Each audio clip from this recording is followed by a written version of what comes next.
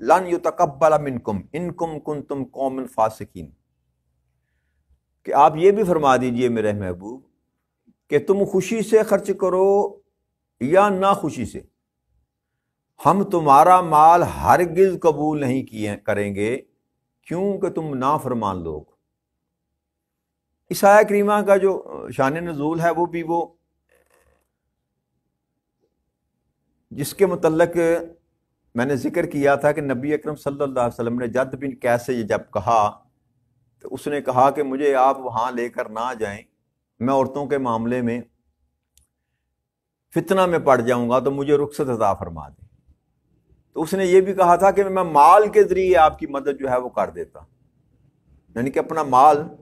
میں آپ کو دے دیتا ہوں۔ تو اللہ یہ فرما رہا ہے کہ ان سے یہ کہہ دیں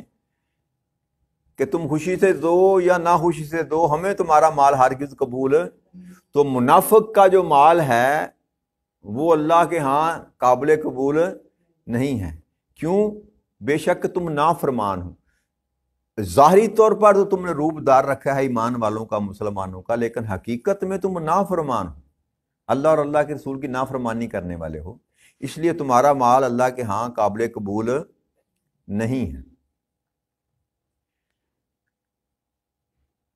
پھر رب کریم نے ارشاد فرمایا وَمَا مَنْعَهُمْ أَن تُقْبَلَ مِنْهُمْ نَفَقَاتُهُمْ إِلَّا أَنْهُمْ كَفَرُوا بِاللَّهِ وَبِرَسُولِهِ وَلَا يَأْتُونَ الصَّلَاةَ إِلَّا وَهُمْ كُسَالَىٰ وَلَا يُنْفِقُونَ إِلَّا وَهُمْ كَارِهُونَ۔ اور ان سے ان کے نقصانات کے قبول کیے جانے میں کوئی چیز انہیں مانے نہیں سوائے اس کے کہ وہ اللہ اور اس کے رسول کے منکر ہیں، اور نماز کی ادائیگی کے لیے نہیں آتے مگر کاخلی اور بے رغبتی کے ساتھ، اور وہ خرچ نہیں کرتے مگر اس حال میں کہ وہ ناخوش ہوتے۔ تو اللہ فرما رہا ہے ان کا مال اس لیے ان کے صدقات کو قبول نہیں کیا جاتا کہ وہ اللہ اور اللہ کے رسول کے منکر ہیں۔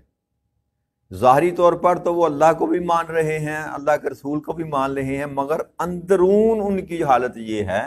کہ وہ نہ اللہ پر صحیح معنی میں ایمان رکھتے ہیں، نہ تاجدار کائنات صلی اللہ علیہ وآلہ وسلم پر ایمان رکھتے ہیں۔ اور دوسری بات جو رب کریم نے کی نشانی بتائی کہ جو نماز تو پڑھنے آتے ہیں مگر کاہلی اور بے رغبتی کے ساتھ، کہ محض دنیا کو دکھانے کے لیے اور ایمان والوں کو یہ بتانے کے لیے کہ ہم بھی آپ کے ساتھی ہیں، اس لیے وہ آ کر نماز میں کھڑے ہو جاتے تھے، حالانکہ ان کا مقصد ہرگز نماز پڑھنا نہیں ہوتا۔ تو یہ منافقین کی نشانی رب کریم نے بتائی۔ اور جب اللہ کے راستے میں خرچ کرتے ہیں تو وہ بھی دکھانے کے لیے خرچ کرتے ہیں، اندر دل سے خرچ نہیں کرتے، اللہ کو راضی کرنے کے لیے یا دین کے راستے پہ نہیں مال لگاتے، وہ بھی محض دنیا کو دکھانے کے لیے لگاتے ہیں کہ ہم اللہ کی راہ میں مال دے رہے ہیں تاکہ لوگوں کے سامنے ان کا بھرم رہ جائے۔ تو یہ دو نشانیاں جو ہے یہ منافقین کی ہیں، نماز کے لیے آنا مگر نماز اللہ کے لیے نہ پڑھنی، لوگوں کو دکھانے کے لیے پڑھنی تاکہ ہمارا بھرم رہ جائے، ایک یہ نشانی منافق کی ہے۔ اور دوسرا مال خرچ کرنا، اور اس لیے خرچ کرنا تاکہ لوگوں کو پتہ لگے کہ ہم اللہ کے راستے میں خرچ کر رہے ہیں مگر اندر دل میں تنگی ہو، اللہ کو راضی کرنے کے لیے نہ ہو، محض دنیا کو دکھانے کے لیے، دھوکہ دینے کے لیے کہ ہم بھی اللہ کے راستے میں خرچ کر رہے ہیں یا ہم بھی اللہ کے راستے میں عبادت کر رہے ہیں۔ تو یہ دو نشانیاں رب کریم نے یہاں پر بیان فرمائی کہ یہ دونوں نشانیاں جو ہیں یہ ان منافقین کی ہیں، اور اس سبب سے ان کا مال قبول نہیں کیا جاتا، کیونکہ اللہ وہ ہے جو دلوں کا حال جانتا ہے۔ اس نے فرمایا کہ میں تو ان کو بڑی اچھی طرح جانتا ہوں، میں تو ان کا واقف حال ہوں،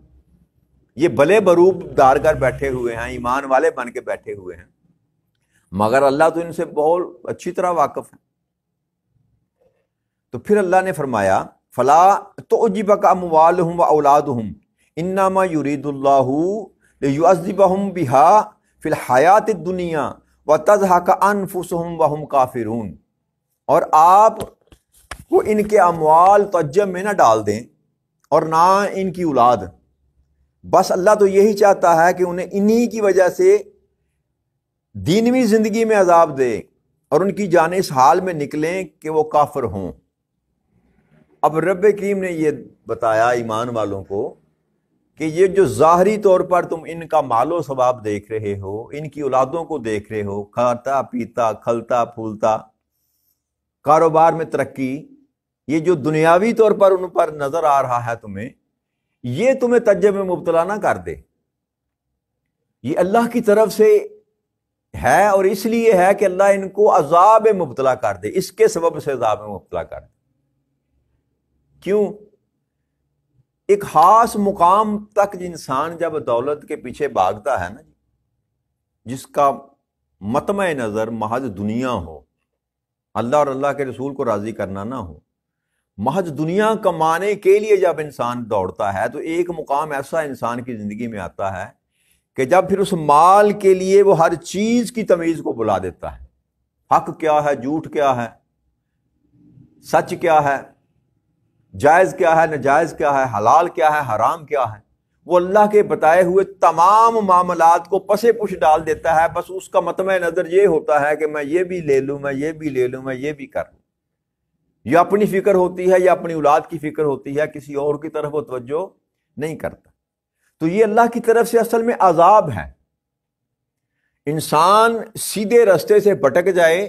اور آخرت کو بلا کر محض دنیا کا طالب بن جائے، اور ہر جائز ناجائز طریقے سے دنیا جس کے پاس اکٹھی ہو جائے، اللہ فرما رہا ہے اس پر تجب نہ کریں۔ یہ جو ان کو مال وافر مقدار میں دیا جا رہا ہے، یہ حقیقت میں ان پر عذاب ہے۔ ان پر جتنا انسان 2 نمبر طریقے سے مال اکٹھا کرے گا، وہ آخرت میں اس کے لیے عذاب کا سبب بنے گا۔ جیسا ہم نے پیچھے ذکر کیا تھا کہ رب کریم فرمایا کہ یہ سونا چاندی کے جو ڈھیر لگا رہے ہیں نا، یہی تپا کر دوزخ کی آگ میں ان کو داغا جائے گا، ان کے چہروں کو داغا جائے گا، ان کی پیٹھوں کو داغا جائے گا، ان کے پہلوؤں کو داغا جائے گا۔ تو یہ دنیا کی جو زندگی ہے، جس کے لیے انسان بھاگ دوڑ کر رہا ہے، اور فقط دنیا کے لیے بھاگ دوڑ کر رہا ہے، اللہ فرماتا ہے کہ یہ اس لیے ان کے لیے عذاب بنا دیا گیا ہے، اور یہ اس طرح دین کو بلائے رکھیں گے دنیا کے پیچھے چل کر کہ یہ کبھی ایمان والے بن کر اس دنیا سے رخصت ہی نہ ہوں گے۔ یہ سب سے بڑا عذاب کہ کبھی بھی رب کریم ان کے لیے ہدایت کا راستہ، جو بندہ حرام کمانے والا ہے، ناجائز طریقے سے مال اکٹھا کرنے والا ہے، اس کے اندر اللہ کریم دین کی طلب کو ختم کر دیتے ہیں، ایمان کی طلب کو ختم کر دیتے ہیں، ہدایت کی طرف رستے کے لیے آنے کے لیے تمام رستے رب کریم اس کے بند کر دیتا ہے۔ اور اللہ فرما رہا ہے وہ جب جائیں گے وہم کافرون، وہ کفر کی حالت میں ہی دنیا سے جائیں گے۔ تو پھر یہ سودا جو انسان اس طرح کا جو سودا کرتا ہے، وہ جان لے کہ جو فقط دنیا کمانے کے چکروں میں پڑا ہوا ہے، اللہ فرما رہا ہے کہ وہ ایمان کی حالت میں دنیا سے نہیں جائے گا۔ اب محض کلمہ پڑھ لینے سے انسان ایمان والا، کلمہ تو منافقین نے بھی پڑھ رہا ہے، سارا مضمون منافقین کا چل رہا ہے۔ کلمہ بھی پڑھا، تاجدار کائنات صلی اللہ علیہ وسلم کے ساتھ نمازیں بھی پڑھی۔ ہماری نمازیں کیا ہیں؟ نبی اکرم صلی اللہ علیہ وسلم کی امامت میں نمازیں پڑھی، مگر وہ جو بات اللہ فرماتا ہے کہ تم کس کو دھوکہ دے رہے ہو، مجھے دھوکہ نہیں دیا جا سکتا۔ تو بھلے جو بھی انسان اعمال کر لے، دنیا کی نظروں میں انسان بڑا پارسا ہی کیوں نہ ہو، مگر رب کریم کا جو پیمانہ ہے اس کے مطابق ہی ایمان والا ٹھہرایا جائے گا، اور اللہ کے پیمانے کے مطابق ہی کافر ڈکلیئر کیا جائے گا۔ تو جو اللہ کے ہاں کفر پر ہے، اس کا عذاب دوزخ کے سوا کوئی اور دنیا میں چاہے اس کا جیسا بھی روپ ہو، داڑیاں ہوں، جبے ہوں، کبے ہوں، دستاریں ہوں، جو کچھ بھی اس نے گیٹ اپ بنا رکھا ہے جیسے منافقین نے بنایا ہوا تھا، لیکن اللہ کو دھوکا، اللہ فرماتا ہے کہ اس کو ایمان کی حالت میں دنیا سے رخصت نہیں کروں گا، بھلے وہ ایماندار بن کے کیوں نہ بیٹھا ہو۔ اس سے بڑھ کر عذاب کیا ہو سکتا ہے کسی انسان کے لیے کہ جب وہ دنیا سے جائے تو وہ اس کے سینے میں ایمان باقی نہ ہو۔ تو کافر کے لیے تو کوئی حساب و کتاب والا معاملہ ہی کوئی نہیں، وہ تو سیدھا ڈائریکٹ جو ہے دوزخ میں ڈالا جائے گا۔ اس کا جو حساب و کتاب کیا جائے گا وہ یہ کیا جائے گا کہ دوزخ کے کون سے حصے میں رکھنا ہے اس کو۔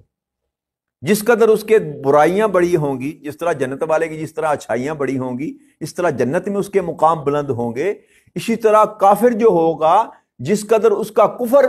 پختہ ہوگا،